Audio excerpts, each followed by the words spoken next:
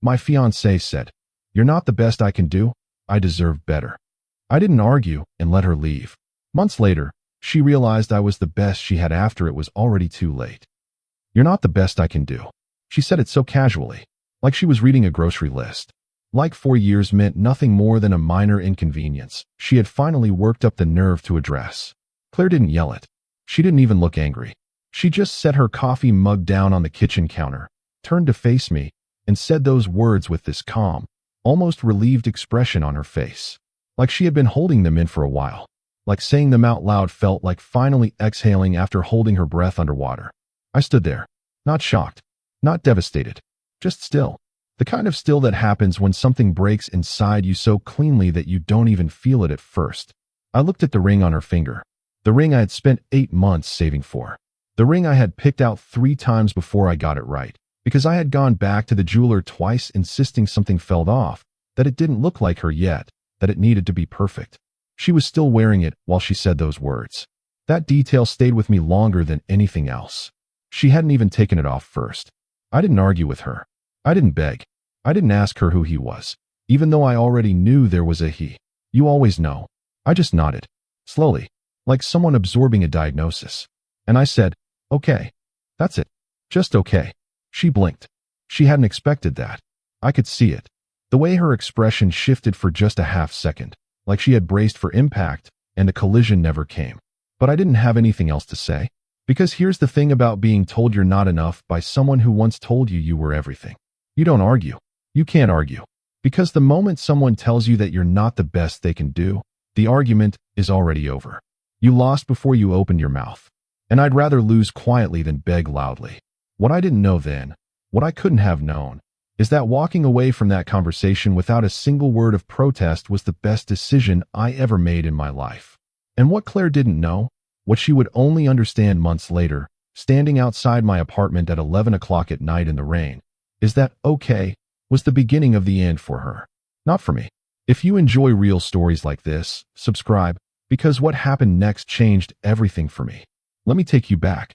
Not far. Just enough to understand what we were. I was 29. Claire was 27. We had been together for 4 years and engaged for 7 months. We met through a mutual friend at a birthday dinner. And from the first conversation, she was the kind of person who filled every room she walked into. She was sharp. She was funny. She had this way of making you feel like you were the only person in the room, even when 20 other people were around. I fell quickly. I'm not ashamed of that. I fell, and I stayed. And I built my entire future around the idea of us. We had already put a deposit on an apartment. We had a wedding date, a venue. Her dress had been ordered. Mine was already fitted. We were 200 days out from becoming husband and wife. And then she told me I wasn't good enough. But here's what I didn't say in that kitchen. Here's the part one kept to myself. I had felt it coming. Not the breakup specifically, but a shift. A slow, quiet cooling that I had been trying to explain away for months. There were little things. Small things. The kind of things you dismiss because the alternative, that something is seriously wrong, is too uncomfortable to sit with. She had started working late more often.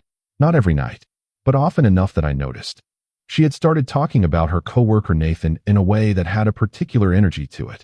Not romantic, not explicitly, just animated. Excited in a way she hadn't been in a while. Nathan thinks we should pitch the restructure idea differently. Nathan made this joke in the meeting today. Nathan is honestly so good at reading people, it's kind of annoying. I told myself it was nothing. I told myself I was being insecure. I told myself that people talk about their coworkers, and it doesn't mean anything. I told myself a lot of things. And maybe that was my first mistake. Not the suspicion, the silence. Because I kept it all inside. And instead of having a real conversation, I started compensating. I started trying harder, cooking more, planning better date nights, being more present, more attentive, more deliberate about every small thing. And I told myself that if I was just consistent enough, if I just kept showing up fully, she'd come back to whatever version of us we used to be. I didn't realize then that when someone has already started comparing you to someone else, nothing you do inside the relationship lands the way it should, because they're not really seeing you anymore. They're seeing the gap. It was a Tuesday night in February, 3 weeks before the kitchen conversation. We were supposed to go out for dinner, a reservation I'd made at this small Italian place she'd mentioned wanting to try for months. She canceled 40 minutes before. Work thing ran late. I'm sorry, I'm exhausted. I said it was fine. I ordered food in and waited up for her. She came home at 9:47. She smelled like a restaurant I didn't recognize. Not Italian. Something else. She said she had grabbed food at the office. I said okay. That word again. I was using it like a shield back then. Okay means I'm not going to make this a thing. Okay means I trust you. Okay means please just come back to me. She kissed me on the cheek and went to take a shower. And I sat on the couch for a while, staring at the wall, with this hollow feeling in my chest that I kept trying to talk myself out of. My best friend Owen called me around that time. Not that night specifically, but around that period. He could hear it in my voice. You good? Yeah, just tired. Claire good. Pause. Yeah, she's fine. Just busy with work. Owen is the kind of guy who doesn't push. He just files things away. He said, all right, and moved on. But later he told me he already knew something was wrong that night. He said I always use the word fine when things are anything but. He's probably right. The 2 weeks after that dinner cancellation were strange. Not explosive. Not dramatic. Just distant. Claire and I were sharing a space without really sharing it. We'd talk at dinner, but not about anything real. We'd sleep in the same bed, but she'd face the wall. We'd say good morning and good night, and all the functional words a couple says to each other, while something larger goes unsaid between them. I tried one more time. About a week before the kitchen moment. We were sitting on the couch after dinner, and I reached over and put my hand over hers. She looked down at it. Then she looked up at me, and something crossed her face. I don't have a word for it exactly. Not guilt. Not sadness. Something closer to conflict. Like she was two different people for a moment, and one of them almost said something important. I asked her, are we okay? She said, I'm just stressed with work. She squeezed my hand once, then pulled hers back and picked up her phone. And I let it go. I let it go because I was afraid of what I might find if I didn't. The morning of the kitchen conversation started like any other. I woke up before her, made coffee, scrambled eggs, set 2 mugs on the counter. She came downstairs 20 minutes later, and she had this look on her face that was different from the ones before. Not distant. Decided. There's a difference. She wrapped both hands around her coffee mug, took a breath, and said, we need to talk. I kept my back to her for a second. Finished pouring my own coffee. Turned around. Okay. And she said it. Word for word. I don't think I want to marry you. I love you. I do. But I think I've been settling. I think I deserve more than what we have. You're a good person, but you're not the best I can do. I let every word land. I didn't interrupt. Didn't flinch. Just stood there and let it all come through me like cold water. Then she added the part that was probably supposed to soften it. I think this has been coming for a while. I think we've both known something was off. And I wanted to say, no? I wanted to say, I didn't know this. I was fighting for us. I was trying every day to make this work while you were out there deciding I wasn't worth it. But I didn't say any of that. I just looked at her. And I said, okay. She stared at me. Okay. That's all you have to say. What would you like me to say, Claire? I don't know. Something.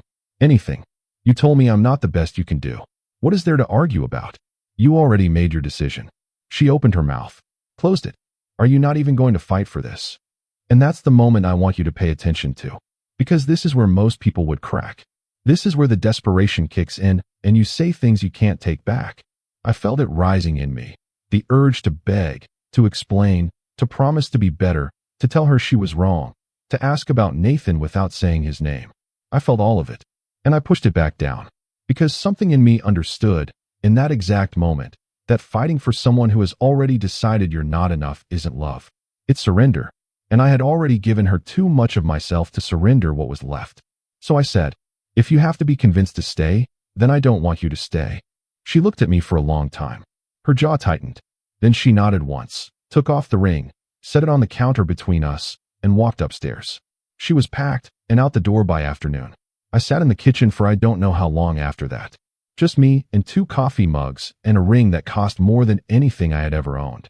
I picked up the ring eventually, held it in my palm for a moment. Then I put it in the kitchen drawer and closed it. And that was that. The first week was the worst. Not because I was crying constantly or falling apart, though there were a few nights that came close. But because silence sounds different when someone who used to fill it is gone. The apartment had her absence everywhere. The closet side she used to overcrowd with clothes. The bathroom shelf where her products used to live. The couch indent from her side. Small things. The kind you don't notice until they're missing. Owen came over on day 3. He brought beer and a pizza and sat down like he was just visiting. No big deal. He didn't make me talk. He turned on a game and handed me a beer, and we just sat there for a while. Eventually, I said. She said I wasn't the best she could do. He didn't say anything for a second. Then, and you didn't fight for her? No. He nodded slowly. Good. I looked at him. You think that was the right call? I think, he said carefully, that a woman who looks at the man she's engaged to and says he isn't good enough doesn't deserve to have that man break himself trying to prove her wrong. He took a sip of his beer. She made her choice. You let her have it. That's not weakness. That's self-respect. I didn't feel like I had self-respect that night. I felt like I had a ring in a kitchen drawer in a half-empty apartment, and 4 years I didn't know what to do with. But I held on to what he said. Somewhere in the back of my mind, I held on to it. The second week, I went back to work. I focused hard, harder than I had in a while. I was working in architecture at a mid-sized firm at the time. I had a project I'd been putting partial energy into because I'd been mentally occupied with the wedding, with Claire, with all the planning and the relationship maintenance that takes up so much of your bandwidth. Now I had no bandwidth obligations, just me and the work. I started coming in early, staying late.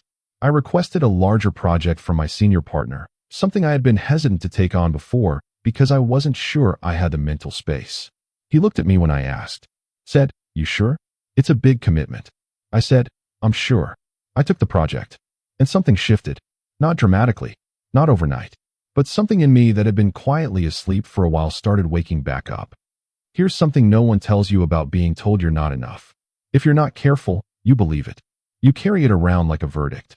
You replay the sentence. You interrogate your own history looking for evidence that they were right. I did that. For about 2 weeks, I did exactly that. I sat with every argument we ever had and tried to figure out what I had done wrong. Every moment I had been too quiet, too steady, too boring. Every moment I hadn't been exciting enough or ambitious enough or loud enough. Every time I chose comfort over flash. Every time I built slow instead of fast. I laid it all out and looked at it and asked myself, was she right? And then, at the end of week 2, something happened. I was in the middle of a late night at the office, working through a design problem, and my senior partner walked by and stopped at my desk. He stood there for a moment, looking at what I was building. Then he said, "This is some of the most interesting work I've seen come out of this team in years," and walked off. Simple as that. No fanfare, no long conversation. But something about that sentence, said by someone who had no reason to say it unless he meant it, broke something loose in me. I sat there in the empty office and I thought about Claire's words. And then I thought about his. And I realized something. The same person cannot be both not good enough and also producing the most interesting work someone in his field has seen in years. Those two things cannot coexist as simultaneous truths, which means one of them was wrong. And I was starting to believe it wasn't me. About 6 weeks after Claire left, I saw them together. Not in a dramatic, designed way, just by accident. I was grabbing lunch from a place near my office and they walked past the window. Claire and Nathan. He was taller than me, better dressed, in the way that says he cares a lot about how he looks and has the budget to back it up. He was laughing at something she said and touching the small of her back like he owned the space around her. She was glowing. I want to be honest about what that felt like. It hurt, not because I wanted her back, but because there's something specifically painful about watching someone be happy in the life they chose over you. Even if you know they're wrong, even if you know it won't last, that moment still cuts. I didn't let them see me. I took my lunch and went back to the office. I ate at my desk. I opened the project files and got back to work. Owen called that evening. I told him what I'd seen. He was quiet for a second. Then he said, "How are you?" "Fine." And then I stopped. "No, actually it sucked. But I'm okay. That's honest." "Yeah. You want to hear what I think?" "Hit me." "I think," he said, "that she's going to realize she made a mistake. I don't know when, but she will. And by the time she does, you're going to be so far from where you are right now that it won't even matter." I wanted to believe him. I wasn't quite there yet, but I filed it away. Month 2. I moved. Not far. Same city, different neighborhood. I had been planning to move into a new place with Claire, the apartment we'd put a deposit on. We lost the deposit when we called it off. That stung financially, but it also meant I had to find something on my own, which, in hindsight, was one of the best things that happened. I found a place that was entirely mine. Not our taste. Not a compromise. Mine. High ceilings. A lot of natural light. No one else's style demanding anything from the space. I spent a weekend furnishing it minimally. Not because I couldn't afford more, but because I wanted to feel the openness of it. I wanted a space that felt like breathing room. And something about that blank slate apartment, that space that held no memory of her, was the first place I had felt genuinely calm and longer than I could identify. I started running in the mornings. Not because I suddenly loved running, just because my body needed something to do with the restless energy. I started getting better sleep. Started cooking properly instead of just fueling. Small disciplines. Nothing dramatic. Just the slow, daily process of treating yourself like someone worth taking care of. And slowly, I started to feel like myself again. Not the version of myself that was trying to be enough for someone who had already decided he wasn't. A different version. A quieter, steadier one. One who had survived something sharp and come out the other side without bleeding out. Month 3. The big project came through. The one my partner had assigned me. It was a renovation pitch for a significant commercial building downtown. The kind of work that, if it landed, would put my name on something real. I put everything into it. Every late night. Every early morning. Every creative instinct I had been half suppressing while I was distracted by the relationship maintenance of the last year. I worked on it like it was the only thing that mattered.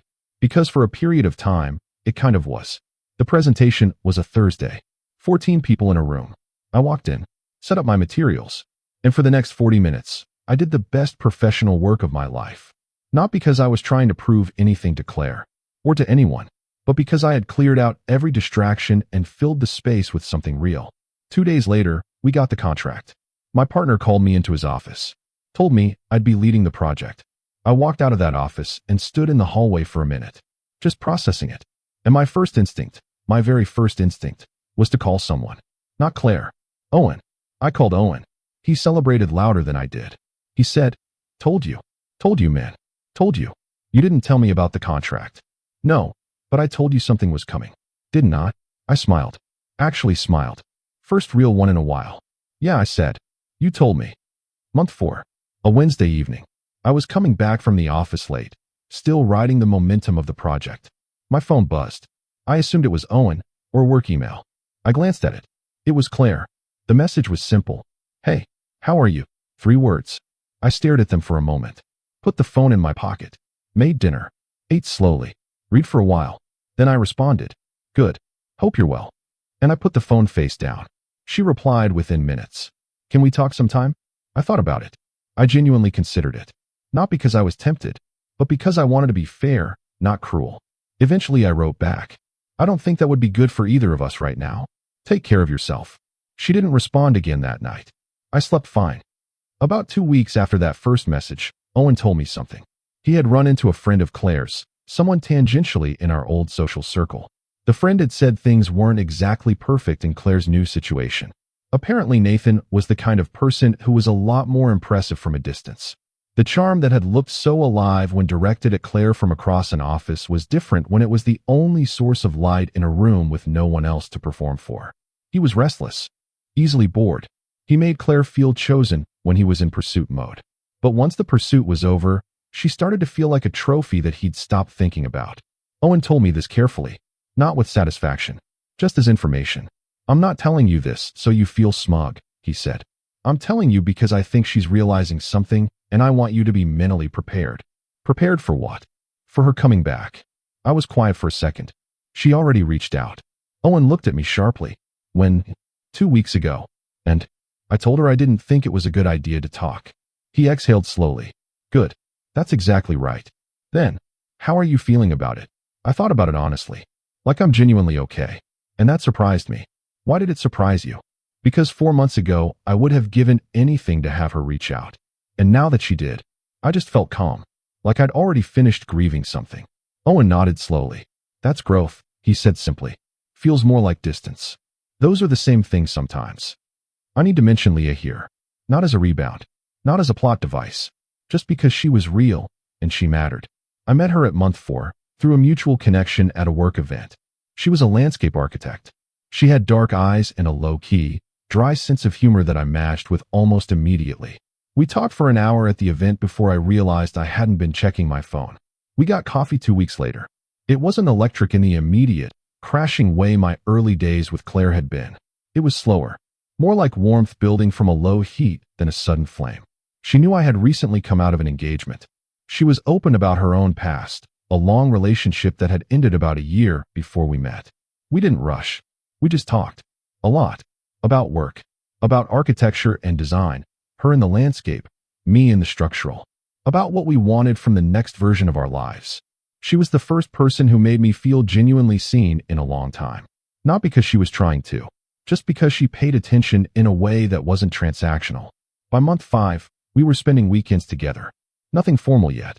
Nothing labeled. But real. Something real was happening. Month 5. A Sunday night. I was on the couch with Leah, both of us reading. She'd brought a book. I had project files, when my phone buzzed. I glanced. Claire. I made a mistake. I think about it all the time. I'm so sorry. I looked at those words for a moment. Then I turned the phone face down and went back to my files. Leah looked over a few minutes later. Everything okay? Yeah, I said. Yeah, everything's fine. And I meant it. The next morning I responded. I thought about it for a while first. About what I wanted to say. About what was honest without being unkind. I wrote, I hear you. I genuinely hope you're okay. But I've moved forward with my life. And I think we both need to stay in our own lanes. Take care of yourself, Claire. I mean that. She wrote back quickly. Can I just see you? Just once. I need to say this in person. I thought about it for a long moment. Then I wrote, I don't think that would be fair to either of us. I found something good, and I'm not willing to risk it for a conversation that belongs to a chapter that's already closed. She went quiet for 3 days. Month 6. A Thursday. It was raining. I had just gotten back from dinner with Leah. I dropped her home and was walking back to my apartment from where I'd parked. I turned the corner toward my building and stopped. Claire was standing outside my door. She was soaked. She hadn't brought an umbrella. Her hair was plastered to her face, and she was hugging herself against the cold, and she looked, honestly, like someone who had been crying, and then it had started raining, and she hadn't left because she thought she deserved the discomfort. She looked up when she saw me. Her eyes were red. I know you said not to come, she said immediately. I know. I'm sorry. I just needed to see you. I stood there for a moment. The rain was still coming down. Come out of the rain, I said. We stood under the small overhang near my building entrance. She was shaking slightly. Whether from cold or emotion, I couldn't tell. Probably both. He's not what I thought he was, she said. She didn't name Nathan. She didn't have to. I know, I said quietly. I was an idiot. You made a choice. A terrible one. I looked at her. She was the same person I had loved completely not a year ago. The same face, the same voice, the same hands. And I felt something for her standing there. Not indifference. Not hatred. Something closer to sadness. But a sadness that lived on the other side of a glass wall. I could see it. I just couldn't be touched by it anymore. What do you want, Claire? I want to fix it. I want us back. I know I don't deserve that. I know I said things that were cruel. She flinched. Yes, cruel. I know they were. I didn't realize what I was saying until it was too late. She looked at me. Is it too late? And here is the moment. The moment I had imagined in various forms since the day she walked out. Because there had been a version of me, the version from 6 months ago standing in an empty kitchen, that would have said anything to get back to what we had. That version would have said, no, it's not too late, and opened the door. But I wasn't that version anymore. I had spent 6 months becoming someone else. Someone who had found his footing without her. Who had built something at work that had his name on it. Who had started something tender and real with someone who had never once made him feel like he needed to be more than what he was. I had lived 6 months of proof that I was, in fact, enough. More than enough. And giving that up, risking Leah, risking my own peace, going back to someone who had publicly audited my worth and found me lacking, would have been the cruelest thing I ever did to myself. Yeah, I said. It is too late. She closed her eyes. I know what you thought. And I'm not saying this to punish you. I promise you that. I genuinely hope you're okay. I hope you figure out what you want and find it. I paused. But what you want can't be me. Not anymore. She was crying then. Quietly. Not dramatically. Just tears running down a face that was already wet from the rain. She nodded. Very slowly. Like she had known, somewhere deep down, before she even came here. You're happy, she said. It wasn't a question. Yeah, I said. I am. She looked at me for a long moment. Then she said something I didn't expect. She's lucky.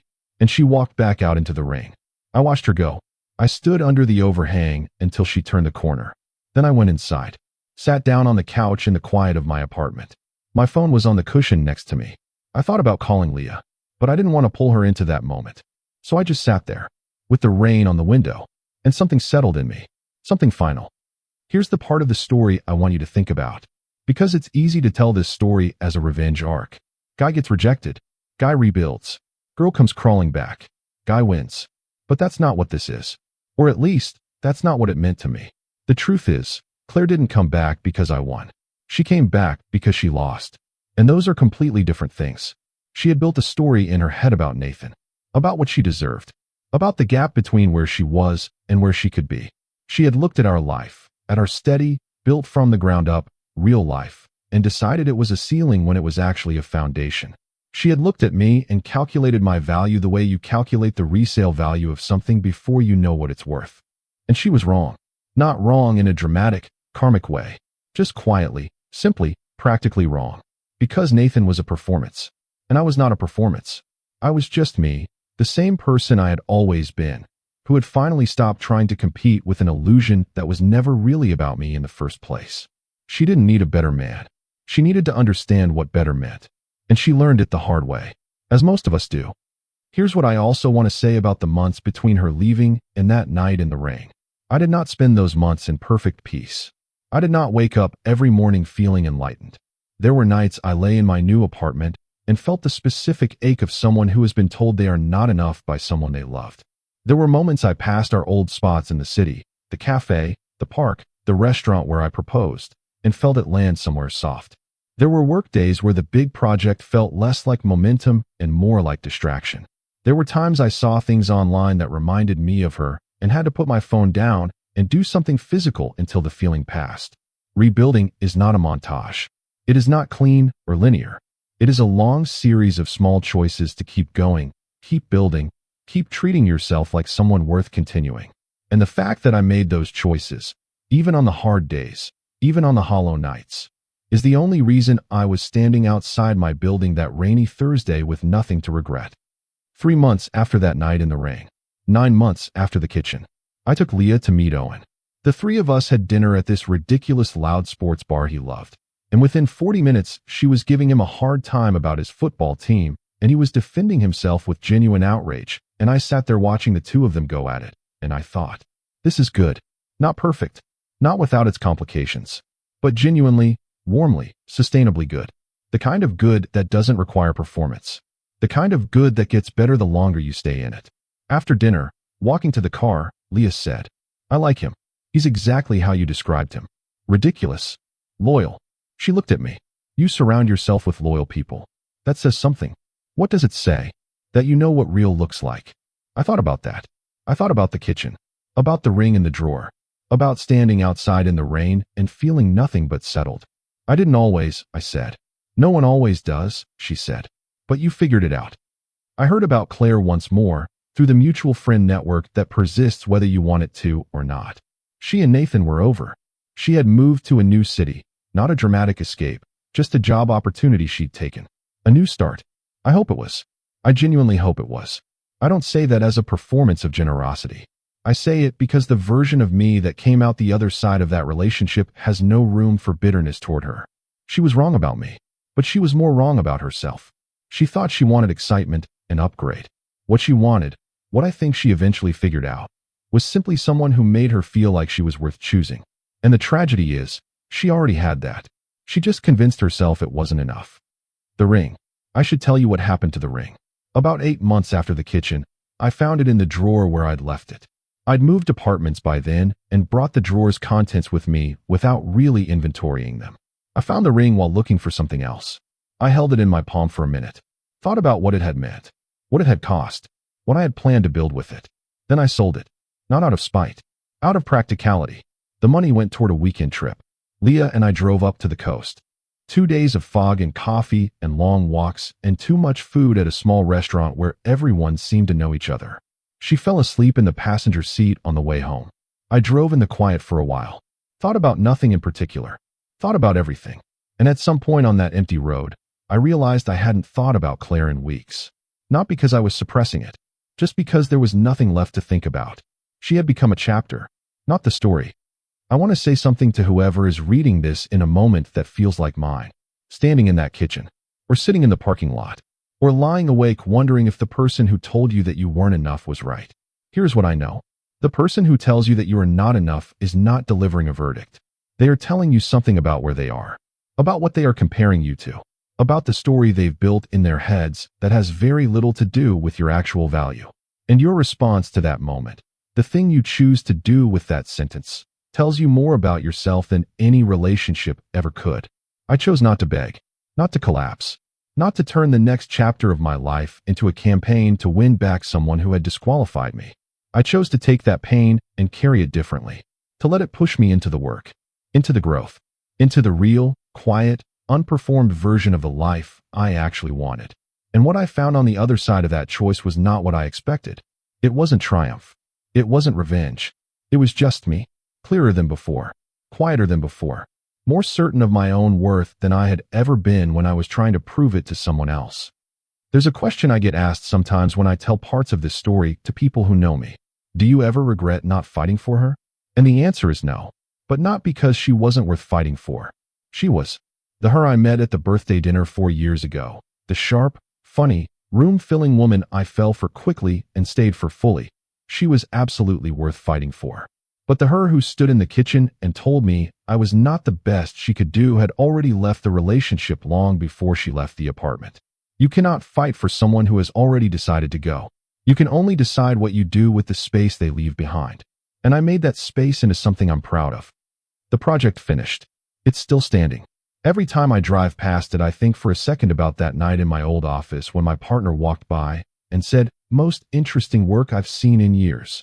I think about how small and unremarkable that moment felt at the time, and how much it changed. Leah still gives Owen grief about his football team. He still defends himself with the energy of someone who has never lost an argument, even when they're objectively wrong. I still run in the mornings. Not because I love running, but because I love who I am on the days I do it. And I am still, every single day, building the version of my life that someone once told me I wasn't good enough for. Not out of spite, out of the simple knowledge that they were wrong. And the last thing Claire said to me, standing in the rain outside my building. She's lucky. I think about that sometimes. Not with satisfaction, with something quieter, with the recognition that she finally saw, too late, too clearly, what she had been too distracted to see when it was right in front of her. The best she ever had, standing in the kitchen, saying, "Okay, you're not the best I can do." She was right. I wasn't the best she could do. I was the best she had. And she didn't know the difference until it was already gone.